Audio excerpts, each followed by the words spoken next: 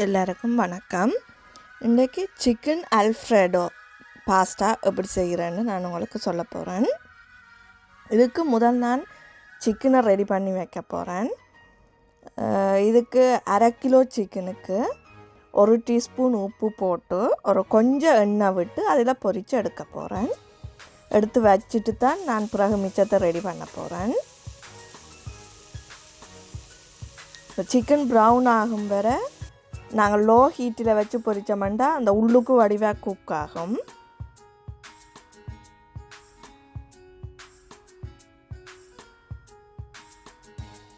Chicken cook ஆகிக்கொண்டு வருது,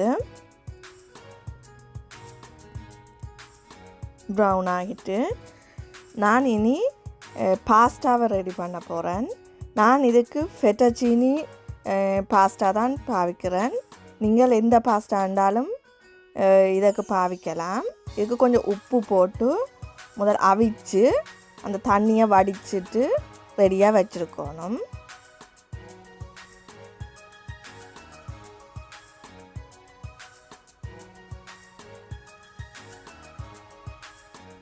இனி பேனில் கொஞ்சம் பட்டரை போட்டு நான் ஒரு 25 கிராம் பட்டர் போடுறேன்.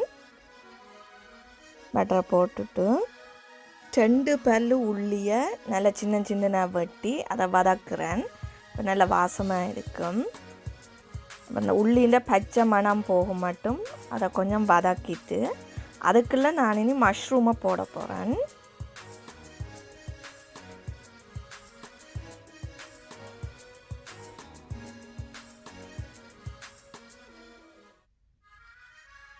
உள்ளி ப்ரௌன் ஆகும் வர தேவையில்லை, அந்த பச்சை மணம் போச்சுதுண்டா காணும்.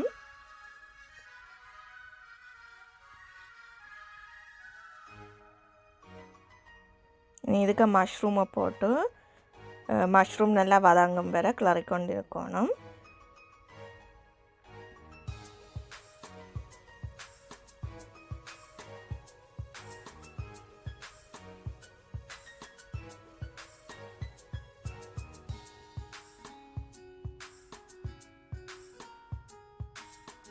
இந்த மஷ்ரூம் வதங்கின பிறகு ஏற்கனவே பொரித்து வச்ச சிக்கனை இதுக்கு போட்டு கிளற போகிறேன்.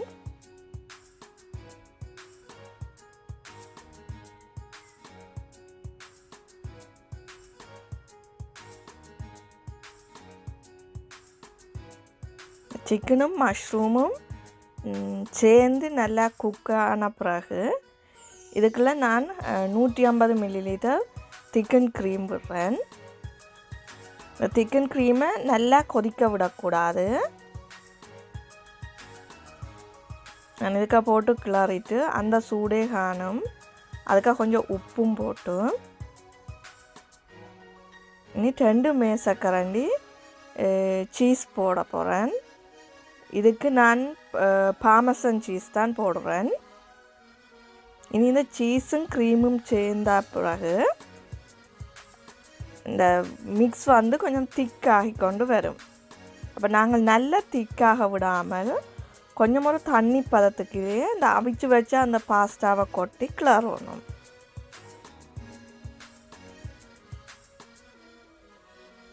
நல்லா திக்காச்சுதண்டா பிறகு பாஸ்தா ட்ரை ஆகிருக்கும். அப்போ பாஸ்தாவை போட்டு கிளறுவோம்.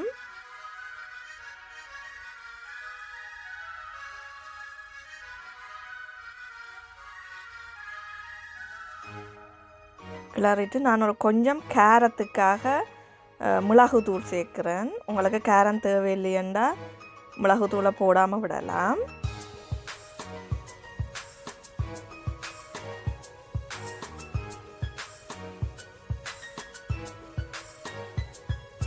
மிளகுத்தூளை போட்டுட்டு கிளறி விட்டோம்னா சிக்கன் அல்ஃப்ரெடோ ரெடி ஆகிட்டுது. இது பிள்ளையால் கூட விரும்பி சாப்பிடுவினா, மெயினாக அந்த சீஸ் டேஸ்ட் இருக்கிறபடியே கூட விரும்புவினா. நீங்களும் ட்ரை பண்ணி பாருங்க, நல்ல டேஸ்ட்டாக இருக்கும். உங்களுக்கு இந்த ரெசிபி பிடிச்சிருந்தால் லைக் பண்ணுங்க. தொடர்ந்து வீடியோஸ் உங்களுக்கு இந்த வீடியோஸ் பிடிச்சிருக்கு பார்க்க விருப்பம்னா சப்ஸ்கிரைப் பண்ணி வச்சுக்கொள்ளுங்க. உங்களுக்கு நோட்டிஃபிகேஷன் வரும். நன்றி.